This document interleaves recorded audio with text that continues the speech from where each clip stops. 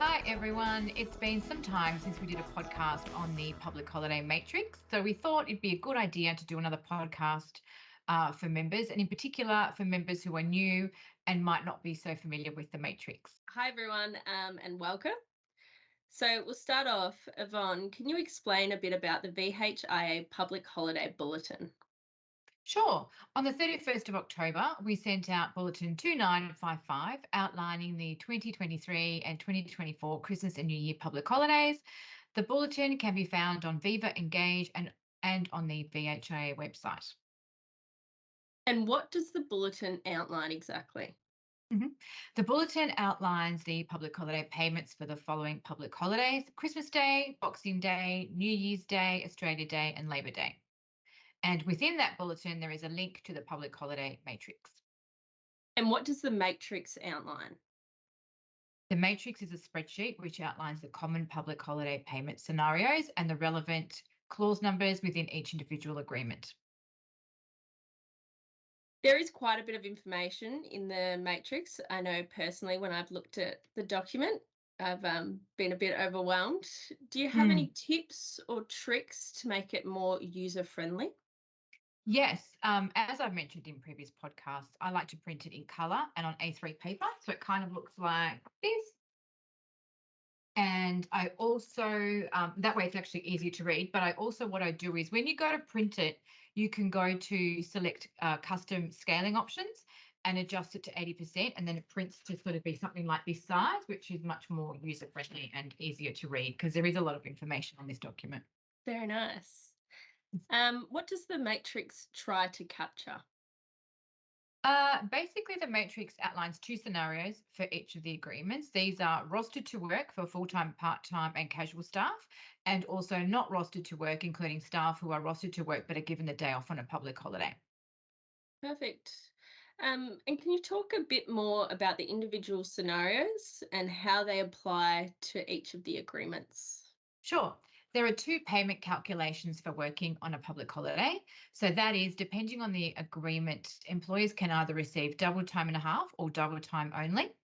And I'll go through some quick lists on who gets what. So the agreements that provide for a payment for double time and a half are as follows: health professionals, including health professionals in community health, health and allied employees in community health and mental health, management employees in community health and mental health, medical specialists and doctors in training, maintenance employees, SACs, biomedical engineers, general dentists working in public health, dental therapists, dental hygienists, and oral health therapists, including those working in community health.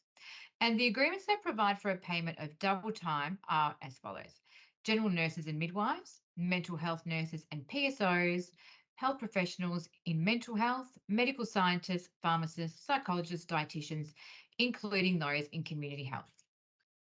Perfect. Thank you. This one I actually thought was really interesting. So are there any agreements that offer no extra entitlements for working on a public holiday? Yes, there are general dentists working in community health. Yeah. See, I learned something. Great, Maddie. I'm pleased. Yeah. So can employees choose how the entitlement is paid? Yes.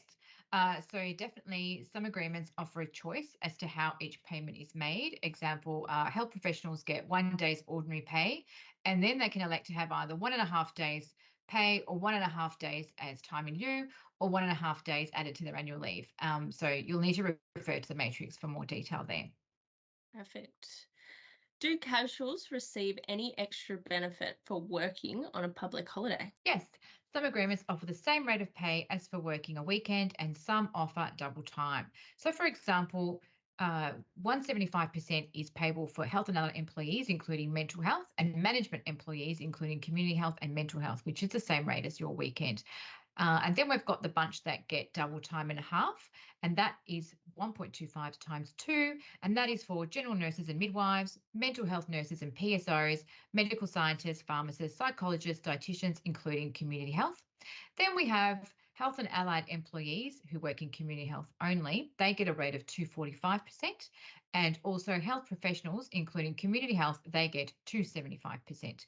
For SACs, maintenance, biomedical engineers and dentists, they're different. So refer to the matrix for more information. Amazing. Thank you. Can you explain the difference in the columns within the not rostered to work section? Sure. So not rostered to work columns, that means you are rostered to work, but you're given the day off.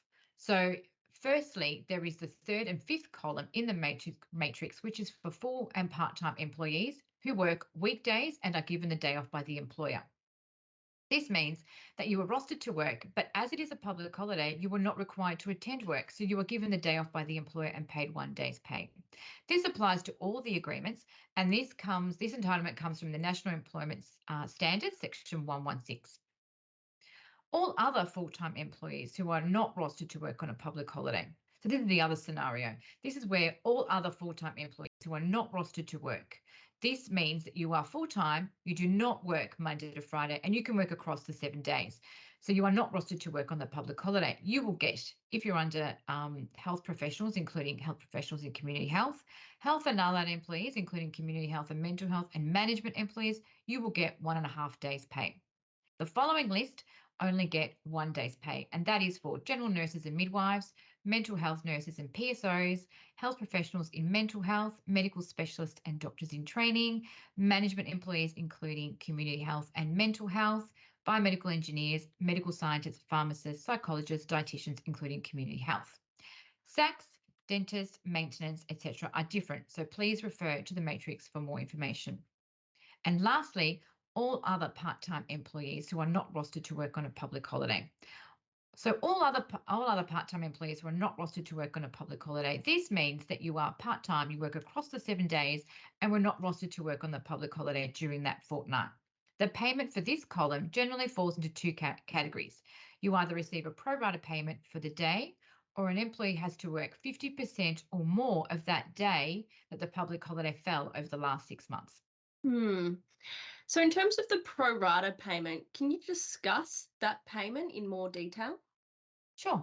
So pro rata payments is given to a part-time employee who's not rostered to work for a bunch of agreements, and that is nurses and mental health nurses, medical scientists, pharmacists, psychologists, dietitians, including community health, and biomedical engineers. And what this means is that they get a pro rata payment, and this is calculated by the number of hours worked per week divided by 38, multiplied by 8, or their usual shift length. For example, you work 24 hours a week, you divide that by 38, multiply it by 8, and then you get a pro rata figure of 5.05 hours. So do all part-time employees who this clause applies to and are not rostered to work receive a pro rata payment? Yes. So even though they may never work the day and have a set roster, you are still entitled to receive a pro rata payment. Mhm. Which employees must have worked 50% or more of that day over the past 6 months to receive the benefit? And what is the payment calculation? Sure. Employees who receive 1.5 days pay based on if the employee has worked 50% or more of that day over the past 6 months applies to health and allied, including community health and mental health. And employees who receive 1 day's pay based on if the employee has worked 50% or more of that day over the past 6 months applies to management employees, including community health and mental health, and health professionals in community health. Where there is no clear entitlement is for health professionals, including mental health. However, due to long-standing customer practice, a pay of 1.5 days pay based on if the employee has worked 50% or more of that day over the past 6 months applies. The matrix does go into a lot more detail and also does give you the relevant clause numbers. Perfect. Maybe if we go through some common questions about sick leave and public holidays. Yes, of course. So if an employee falls sick on a public holiday, they are paid public holiday not worked, not sick leave. So this entitlement comes from Section 98 of the National Employment Standards.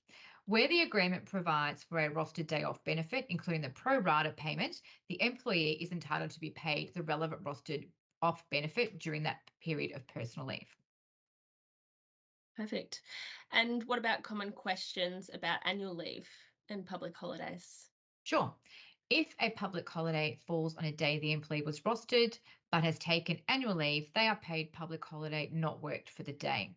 Part-time employees are still entitled to receive the appropriate pro rata public holiday payments uh, during periods of annual leave where applicable.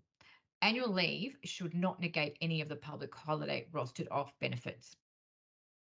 And I think that brings us to the end of our podcast, Maddie. Thank you so much for coming along.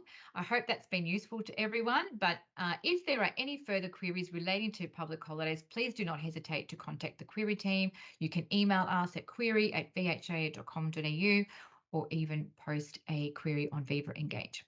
Thanks, Wonderful. everybody, and have a great festive season. Thanks. Bye. Bye.